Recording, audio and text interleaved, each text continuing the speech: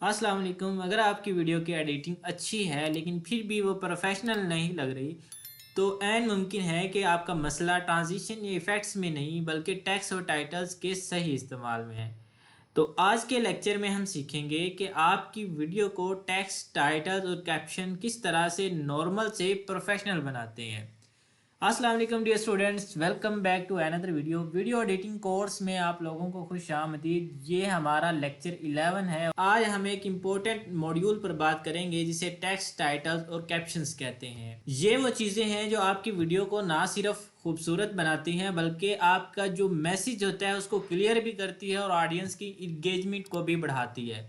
और आप लोगों को ये चीज़ पता है कि ऑडियंस की इंगेजमेंट ही सारी चीज़ होती है। आपकी वीडियो को कितनी देर तक देखा जाता है उस लिहाज से ही आपकी वीडियो आगे की तरफ वायरल होती है। ठीक है, आज का टॉपिक हमारा यही है कि टेक्स्ट, टाइटल्स और कैप्शंस। पहले हमें बहुत ज़्यादा लेक्चर्स हमारे मिस हो चुके हैं लेकिन इस दफ़ा अब हमारे लेक्चर्स रेगुलर हुआ करेंगे, सो बी अलर्ट। सबसे पहले अगर बात करें टेक्स्ट की, तो टेक्स्ट से मुराद हमारे पास वो सादा सी तहरीर या सादा सी कोटेशंस होती हैं जो वीडियो के ऊपर नज़र आती है। कि टेक्स्ट कहाँ कहाँ पे इस्तेमाल होता है, किसी का नाम जाहिर करने के लिए, ये जो चीज़ हम उसको एक्सप्लेन कर रहे हैं यानी कि अहम पॉइंट्स उनको नुमाया करने के लिए, किसी का कॉल है, किसी का डायलॉग है, हमें अपनी वीडियो के हिसाब से उसके ऊपर वाज़ेह लिखने के लिए और सोशल मीडिया हैंडल्स को दिखाने के लिए हम टेक्स्ट को इस्तेमाल करते हैं। लेकिन ये याद रखें कि जो हमारे पास ज़रूरत से ज़्यादा अगर हम टेक्स्ट वीडियो को लगा दें, मतलब ज़रूरत से ज़्यादा टेक्स्ट वीडियो में ऐड कर दें, तो उससे वीडियो हमारी भारी हो जाती है और गैर प्रोफेशनल हो जाती है, क्योंकि बहुत ज़्यादा टेक्स्ट फ्लोट करके आ रहा होता है। तो हमने ना ही इसको इतना ज़्यादा करना होता है ना ही इतना कम करना होता है। कुछ मेन इंपॉर्टेंट पॉइंट्स को हाईलाइट करने के लिए हम टेक्स्ट को इस्तेमाल करते हैं। साफ साफ जो सादा और आसानी से पढ़ा जाने वाला टेक्स्ट होता है वो हमने अपनी वीडियो को देना होता है, वीडियो के अंदर लगाना होता है, ताकि वीडियो हमारी ज़्यादा भारी ना हो, वीडियो हमारी ज़्यादा बल्कि ना लगे।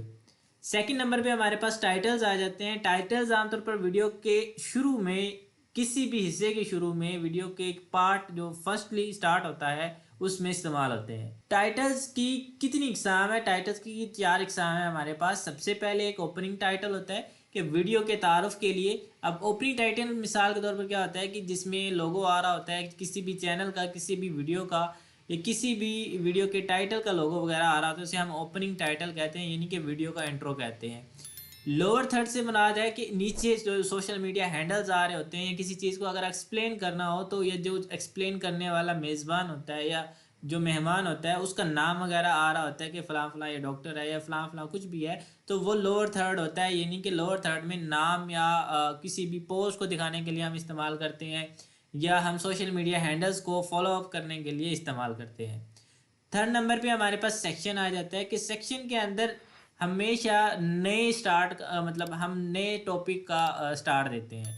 अब हमारी जो भी वीडियो होगी हम उसको 3-4 सेशन में डिवाइड करते हैं कि भाई ये फर्स्ट इंट्रो है, उसके बाद हमारे पास ये टॉपिक है, फिर दूसरा टॉपिक है, फिर तीसरा टॉपिक है। तो आपकी वीडियो में अगर आप टाइटल यूज़ करोगे तो एज अ सेक्शन टाइटल भी यूज़ करोगे, जिसमें हमने एक्सप्लेन करना होता है कि जो हमारे पास वीडियो है वो किस किस तरह से कितने कितने हिस्सों में डिवाइडेड है। तो सेक्शन टाइटल्स भी हम इस्तेमाल करते हैं। और लास्ट में हमारे पास एंड क्रेडिट्स होता है कि अगर हमने किसी भी वीडियो के बारे में एंड क्रेडिट्स देने हो, किसी भी चीज़ को लास्ट पे एक्सप्लेन करना हो, या इसी को एंड क्रेडिट को हम आउटरो भी कहते हैं। जिस तरह हमारे पास नेटफ्लिक्स की एक मूवी सीरीज़ ख़त्म हो जाती है, उसके बाद सारे उसके जो भी हमारे पास प्रोड्यूसर या एक्टर जितने भी लोगों ने काम किया होता है वो सारे के सारे एंड क्रेडिट्स पे आ रहे होते हैं।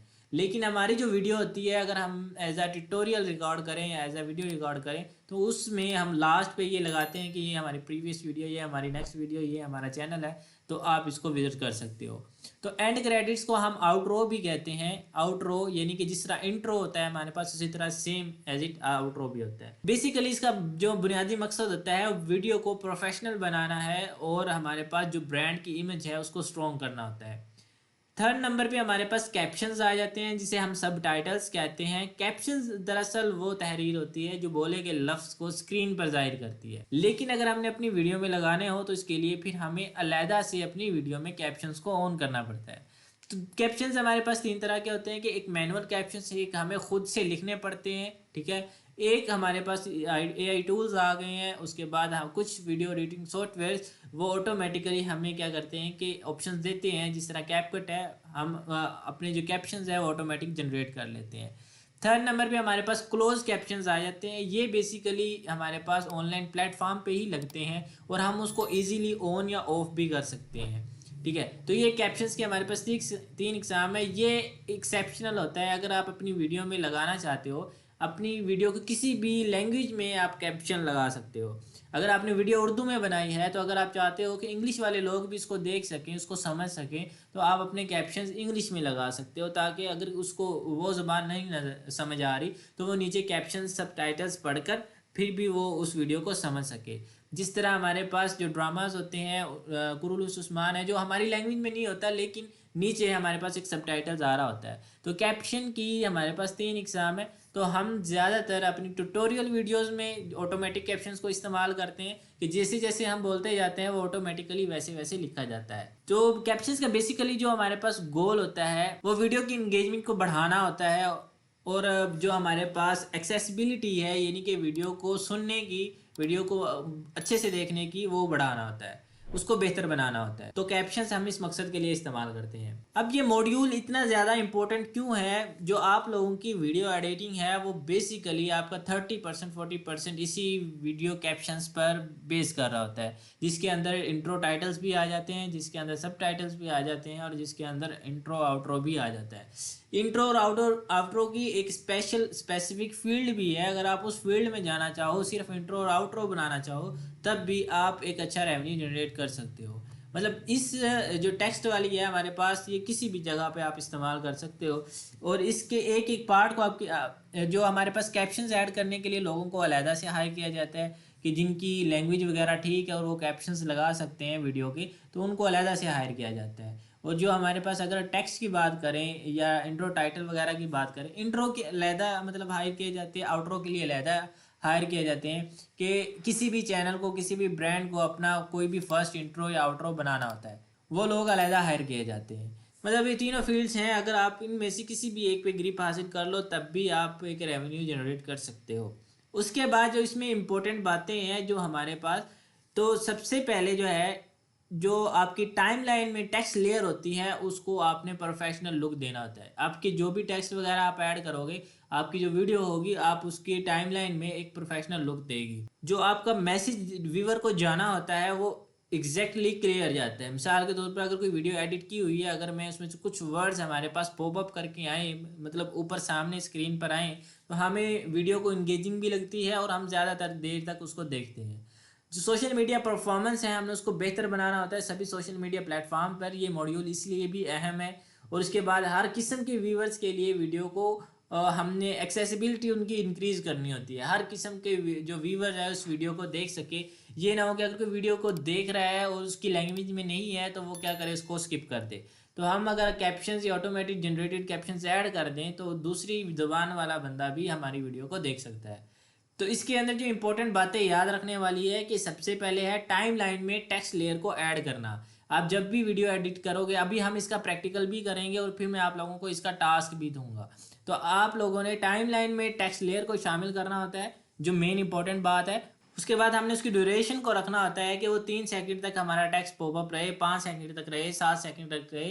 तो सेकंड नंबर पे हमारे पास जो उसका एडजस्टिंग ड्यूरेशन है वो लाजमी हमने याद रखना होता है। उसके बाद की फ्रेमिंग एनिमेशन, आपकी जितनी भी आजकल वीडियो एडिट हो रही है उसके अंदर की फ्रेमिंग एनिमेशन बहुत ज़्यादा इंपॉर्टेंट है, कि आपका टेक्स्ट किस तरह से मूव करके आ रहा है और किस तरह से वापस जा रहा है। और ये की फ्रेमिंग एनिमेशन के लिए आपका एक पूरा सॉफ्टवेयर इसी बुनियाद पर बना हुआ है, जिसे हम एडोबी आफ्टर इफेक्ट्स कहते हैं। ये एक हाई लेवल, हाई एंड का इंटरनेशनल सॉफ्टवेयर है।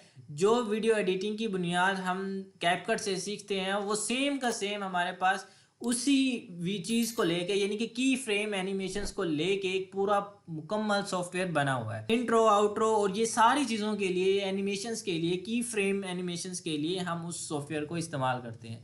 यानी कि हमारा जो जितनी भी वीडियो एडिटिंग का जो 30 से 40% पार्ट होगा वो ये वाला होगा की फ्रेमिंग एनिमेशंस का। कि आपका टेक्स्ट किस तरह से आ रहा है, आपकी इमेज किस तरह से आ रही है और किस तरह से प्रेजेंट हो रही है। अभी हम इसको देखेंगे भी प्रैक्टिकल में कि की फ्रेमिंग एनिमेशन क्या होती है। तो ये हमारी बेसिक बुनियाद है, मतलब इसी के बेस पे हमने वीडियो एडिटिंग करनी होती है, यानी कि 30 to 40% आपकी वीडियो एडिटिंग का ये कवर कर जाता है। उसके बाद हमने हर वीडियो के मोड के हिसाब से, हर वीडियो के जिस तरह से वो बनाई गई है उसके हिसाब से उसको डिज़ाइन करना होता है। जो टेक्स्ट वगैरह लिखा होता है उसके हिसाब से हमने उसकी टेक्स्ट वगैरह की कलर स्कीम लगानी होती है। ये भी बात आप लोगों ने याद रखनी है। उसके बाद अगर हमने उसकी ब्रांडिंग क्या है, मतलब कोई भी कंपनी है, कोई भी जिसका हम काम एडिट कर रहे हैं, उसकी जो ब्रांडिंग के थीम कलर्स हैं हमने उसको मुसलसल बरकरार रखना होता है। उसमें जो कंसिस्टेंसी होती है वो हमने बरकरार रखनी होती है। तो ये 6 चीज़ें आपने, 5 चीज़ें, ये जो चीज़ें हैं ये याद रखनी है, ये लिखनी भी है आपने, कि जब भी हमने टेक्स्ट लेयर्स को टाइमलाइन में ऐड करना है, अपनी ड्यूरेशन को सेट करना है कि कितनी देर तक हमारा टेक्स्ट रहेगा, और की फ्रेम एनिमेशन के हमारे पास जो टेक्स्ट एनिमेट करके आएगा वो किस तरह से आएगा। तो डिज़ाइन करना है हमने हर टेक्स्ट को वीडियो के हिसाब से। ये नहीं कि आपकी वीडियो का थीम कलर कोई और हो और आप टेक्स्ट किसी हिसाब से और लिख रहे हो। उसके बाद आपने ब्रांड कंसिस्टेंसी को मेंटेन रखना है, ठीक है। और उसके बाद आप लोगों ने एक टास्क बनाना है। ये चीज़ें लिखने के बाद आप लोगों ने एक टास्क बनाना है जिसके अंदर 30 से 60 सेकंड का एक सैम्पल वीडियो टाइम, जो वीडियो क्लिप है, आप लोगों ने टाइमलाइन में इंपोर्ट करना है। 3 डिफरेंट टेक्स्ट ओवरलेज ऐड करने हैं। ओवरलेज का मतलब है कि आप 3 डिफरेंट टेक्स्ट लिखोगे और वो क्या करेंगे, बारी बारी मूव होके आपकी स्क्रीन के ऊपर आएंगे। अब ये कैसे करना है मैं आपको वीडियो में भी बताता हूँ। उसके बाद 3 टेक्स्ट में आप लिखोगे क्या, आपने फर्स्ट में आपने लिखना है अपना नेम है, आई एम फलां फलां, ठीक है, अपना नेम लिख देना है। उसके बाद सेकंड जो आपका टेक्स्ट मूव होकर आएगा उसमें आपने एक इंपॉर्टेंट पॉइंट हाईलाइट करना है, यानी कि आपकी वीडियो की जिस बारे में भी है आपने उसको पॉइंट को हाईलाइट करना है। थर्ड नंबर पे एक कोट या डायलॉग आपने शो करवाना है कि ये वाली वीडियो हमारी इस वजह से है और इसका ये वाला डायलॉग है। मतलब 3 टेक्स्ट पॉपअप करके आपकी स्क्रीन के ऊपर आने चाहिए। अब इसका हम प्रैक्टिकल भी देखते हैं किस तरह से करते हैं। तो चलते हैं हम अपने लैपटॉप मोबाइल की स्क्रीन पर।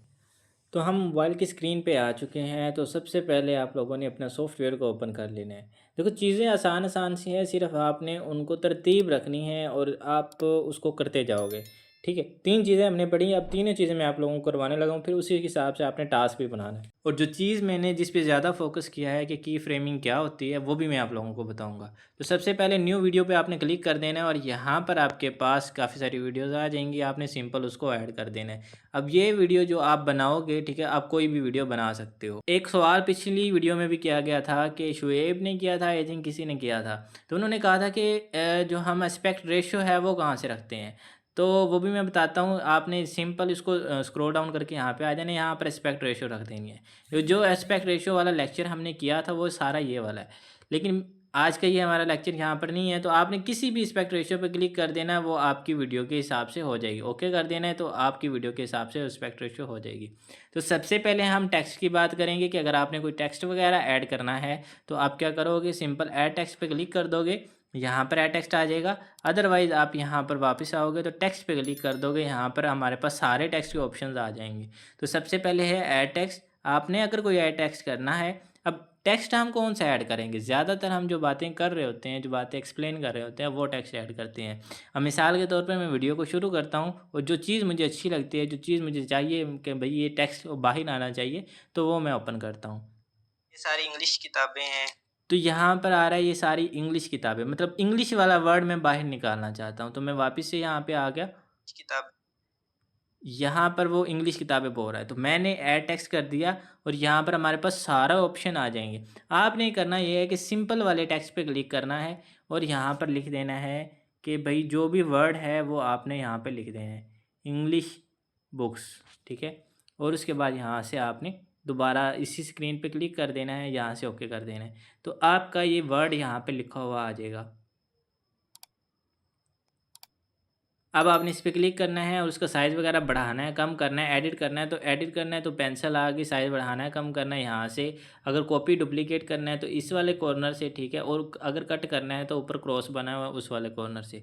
अब देखो जैसे ही हमारा टेक्स्ट आता है, ये सारी इंग्लिश किताबें हैं, तो हमारे पास टेक्स्ट ऊपर पॉपअप करके आ रहा है। तो ये थोड़ा सा साइज़, मतलब इसकी ड्यूरेशन ज़्यादा है तो मैं ड्यूरेशन यहाँ से कम कर देता हूँ। तो वापस आ गई। अब देखो सारी इंग्लिश किताबें हैं, ये सारी इंग्लिश किताबें, ठीक है, जैसे ही मैंने वो वर्ड बोला इंग्लिश, तो ऊपर से हमारे पास वर्ड लिखा हुआ आ गया इंग्लिश बुक्स। तो ये तो था सिंपल टेक्स्ट। अब इस टेक्स्ट को हम की फ्रेम कैसे लगाते हैं, ये मेन इंपॉर्टेंट बात है। और यही आपकी सारी वीडियो, आपकी जितनी भी वीडियोस आजकल एडिट हो रही हैं, सेम की सेम इसी पैटर्न पे हो रही हैं। और वो इसमें भी सॉफ्टवेयर में भी एडिट कर रहे हैं, और वो एक प्रॉपर इन्होंने एक सॉफ्टवेयर बनाया हुआ है जिसे हम अडोब आफ्टर इफेक्ट कहते हैं।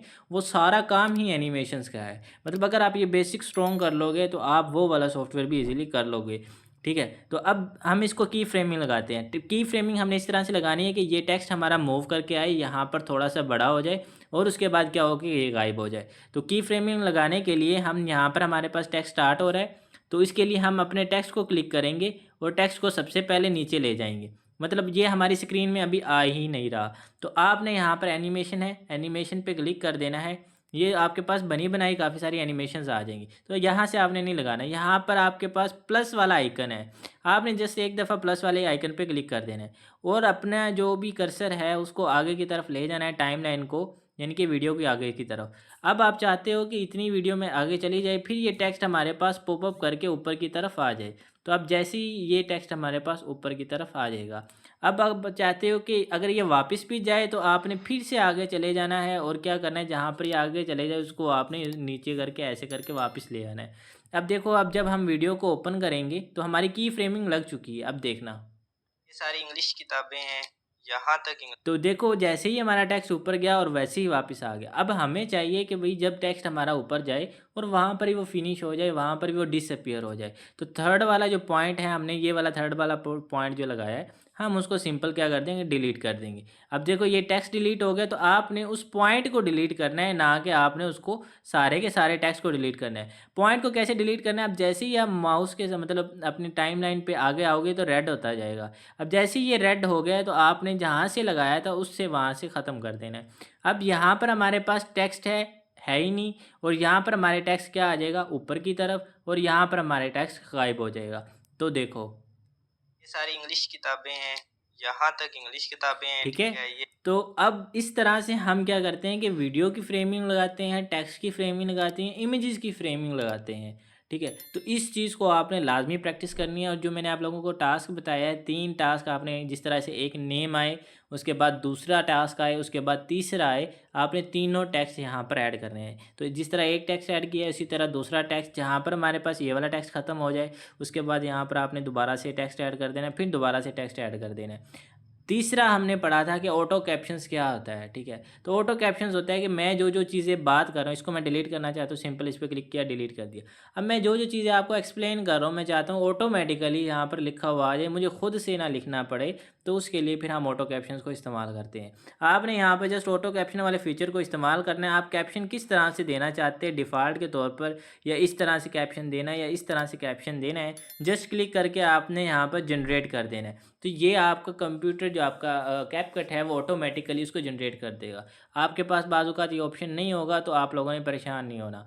तो अब हमारे पास ये जनरेट कर दिया है। अब आप उसको देख सकते हो कि आप लोगों ने ये कुछ हद तक दुरुस्त करता है, बाकी हमें खुद थोड़ा-सा एडिट करना पड़ता है। ये सारी इंग्लिश किताबें हैं, यहाँ तक इंग्लिश किताबें हैं, ठीक है। ये मैंने डिफरेंट स्टोर से ऑनलाइन ऑर्डर देखो अब की थी, कितनी और खूबसूरती से ये वाली जो उसने अपना किताबें हैं टेक्स्ट ये वगैरह मैंने लिखा है। ठीक है, अब यहाँ से आप क्या कर सकते हो, इस टेक्स्ट को एडिट करना है, कलर वगैरह चेंज करना है, तो आप इजीली उसको चेंज कर सकते हो।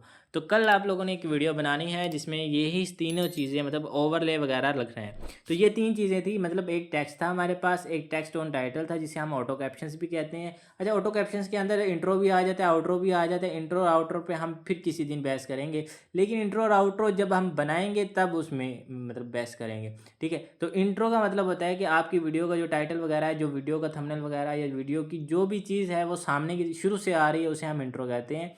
उसके बाद आउट्रो, जैसे ही वीडियो हमारे ख़त्म हो गई है और हम कोई और चीज़ उसको शो करवाना चाहते हैं, तो उसे आउट्रो कहते हैं। ठीक है, हम इंटरनेट से भी काफ़ी सारे डाउनलोड कर लेते हैं, फिर उसको कस्टमाइज़ कर लेते हैं, अपनी मर्ज़ी से भी बना लेते हैं। ठीक है, तो आई होप कि सारी चीज़ें क्लियर होगी होंगी। तो ये 3 चीज़ें आप लोगों ने लाज़मी माइंड में रखनी है। आपकी वीडियो जितनी अच्छी हो, डज़न्ट मैटर, अगर आप की फ्रेमिंग आपने टेक्स्ट की अच्छे से की है। अच्छा, अब की फ्रेमिंग की एग्जांपल क्या है, ये मैं आप लोगों को नेक्स्ट वाली वीडियो में बताऊंगा, या जब हम प्रैक्टिकल करने लगेंगे।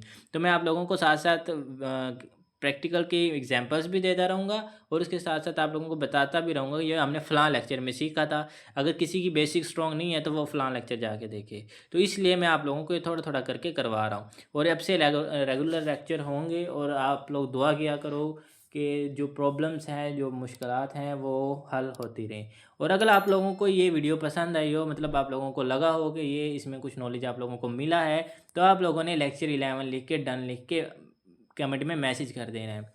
और आप लोग और लाज़मी नहीं कि आप सिर्फ डन ही लिखो, अगर आप लोग कुछ भी और बताना चाहते हो, कोई सवाल करना चाहते हो या और ज़्यादा अच्छे तरीके से उसको एक्सप्लेन करना चाहते हो या और अच्छे तरीके से आप उसको बताना चाहते हो कि हाँ, मुझे वाक़ई ही समझ आ गई है, तो जितनी एप्रिसिएशन आप देना चाहते हो इस वीडियो के मतलब आप दे सकते हो। लाज़मी नहीं कि आपने सिर्फ डन लिखना है। आई होप कि सारी चीज़ें क्लियर हो गई होंगी। इंशाल्लाह डेली लेक्चर हुआ करेगा और आप लोगों ने इसी तरह फॉलो करते रहना है। और वीडियो अच्छी लगी हो तो लाइक ज़रूर कर देना है, कमेंट भी किया करो। Thank you for watching.